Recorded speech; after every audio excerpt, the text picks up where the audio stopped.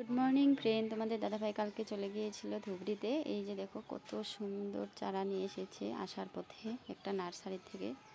নার্সারিটার নাম ছিল ফুলকুমারী বলে। এই যে খুব সুন্দর আরও নিয়ে এসেছে এখানে কাঁঠাল গাছ, 12 মাসি কাঁঠাল গাছ।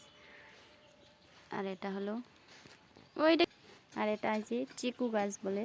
ফলটা বলে খেতে খুব টেস্টি হয়, মিঠা হয়। তোমরা কে কে চিনো কমেন্ট করে জানাবে এই গাছটার নাম কি। চিকু বলে। আমি নার্সারি থেকে নিয়ে এসেছিলাম এই যে ফুলের চারা, খুব সুন্দর। তা নিয়েছি একটা সূর্যমুখী খয়েরি ফুলের ফুল।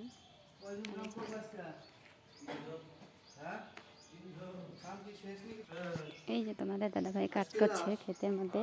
এখানে ফেলিয়ে দিল ডাটা। এই যে এখানে গোবর স্টক করা হয়েছে আর এখানে ডাটা লাগিয়েছে। এবার অন্যরকম করে ক্ষেত সবজি লাগানো হবে, মানে বেশিরভাগ সম্পূর্ণ জায়গাতে সবজি লাগায়। এবার একটু একটু করে সুন্দর করে এইটুকুনিতে ডাটা আর এইটুকুতে লাই লাগাচ্ছে। আর এখানে তো এই যে বেগুন গাছ কত সুন্দর, আর এখানে আলু, আর এখানে যে মিষ্টি লাউ গাছ।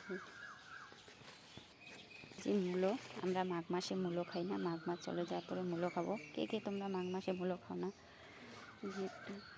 এটা শাক খেতে খুবই টেস্ট হয়, এটা চাটনিও খাওয়া যায়। এই যে বাঁধাকপি, এই যে ব্রকলি হয়ে আছে কত সুন্দর দেখো। আমি দুটো ব্রকলি কেটে আমাদের জিজুর জন্য নিয়ে যাব। আমার জিজু ব্রকলি খেতে খুবই ভালোবাসে, তোমাদের দাদাভাইও ভালোবাসে। এই যে এখানে হয়ে আছে টমেটো, দেখো কত সুন্দর। এই যে ফুলকপি, ওয়াও কিতনি সুইট ফুলকপি। এই যে ফুলকপি,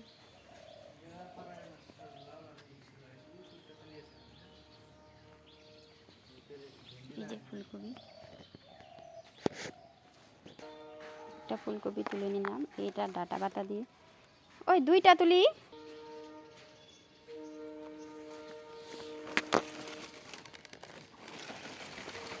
এই যে আমি দুটো ফুলকপি তুলে নিলাম। ফুলকপিগুলো ভালো করে বাঁধে নেই, তা আমি এগুলোকে সুন্দর করে আমি চচ্চড়ি বানাবো সর্ষে দিয়ে। চলো তোমাদের সঙ্গে আজকে আমি এই রান্নাটা শেয়ার করব, কীভাবে আমি চচ্চড়িটা বানাই সর্ষে দিয়ে।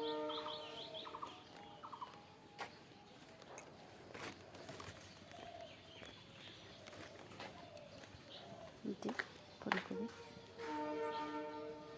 তোমাদের সঙ্গে আজকে আমি রান্নাটা শেয়ার করব, আমি কীভাবে এটা সর্ষে দিয়ে বানাবো। Bye bye friend. আর এখানে তুলে নিয়েছি মূলোগুলো আমার মাকে জিজ্ঞাসা করব মূলো খাওয়া যায় না নাই, মাঘ মাস চলে গিয়েছে না নাই। যদি মাঘ মাস চলে যায় তাহলে খাবো। এখানে আমি মাকে ফোন করবো। Bye bye, bye bye.